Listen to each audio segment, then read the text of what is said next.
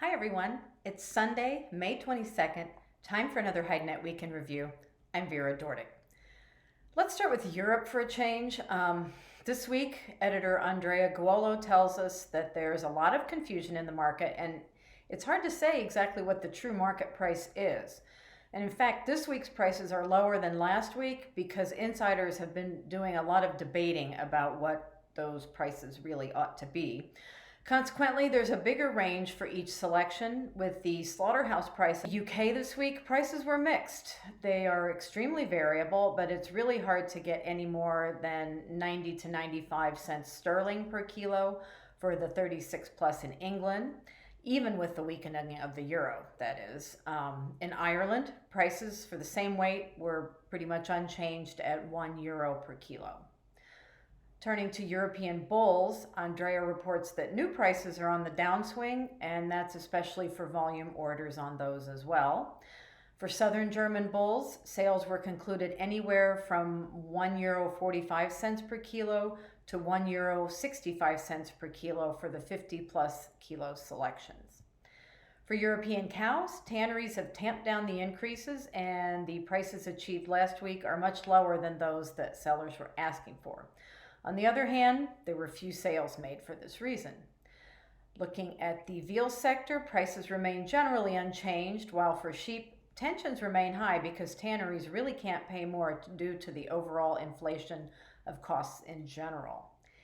In his analysis, Andrea talks about what's causing this greater spread in prices along with the situation with raw material. He also discusses this week's call by UNICH in Italy to the whole supply chain to unify and be reasonable with regard to price increases for the various segments. Turning to the US, it seemed to be a quieter week than the previous one. The bottom line is that sellers are working to stabilize the market while many customers continue to try and bid down the market. This week, there was again some talk of stabilization and a bottom to the market. And even though we're still a good bit off from the record lows for steers, it was a much different situation in 2020 when that happened, and most feel that there really isn't any room for prices to go lower. Heavy Texas steers slipped a bit, and selections at 62, 64 pounds sold for $22 to $23. In the cow sector, sales were reported to be quite voluminous the previous week, so prices were unchanged this week. Looking at the export totals, it was pretty dramatic with combined export sales for the week ending May 12th at 843,100, and that's 160% more than the previous week. Combined shipments were decent and pretty much the same, off just 1% at 616,600. Slaughter for the week was quite high at 680,000. Of course, that's not really surprising given that it's the start of barbecue season here in the US. From South America, editor Ronald Guiel says yet again raw material prices sagged. They dropped 12 cents this week for an average price of $2.70 per kilo.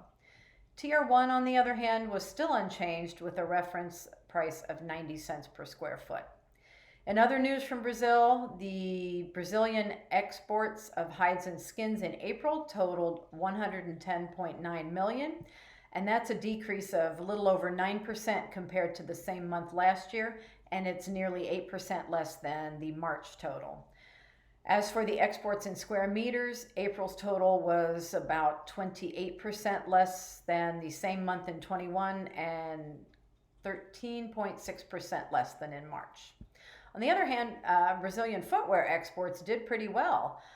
In fact, January through April, they increased both in volume, up higher by 32%, and in revenue it was a whopping 68% more compared to the same period last year. Elsewhere in Latin America, Argentina's Cortador de Llanos industrial park is getting new wells. Chile's retail imports grew by double digits. Colombia's footwear companies are passing on 20% of their increased costs to customers.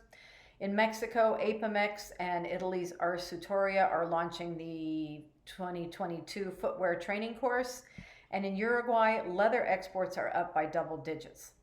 That's all we have for this week, and until next week, good night from HideNet.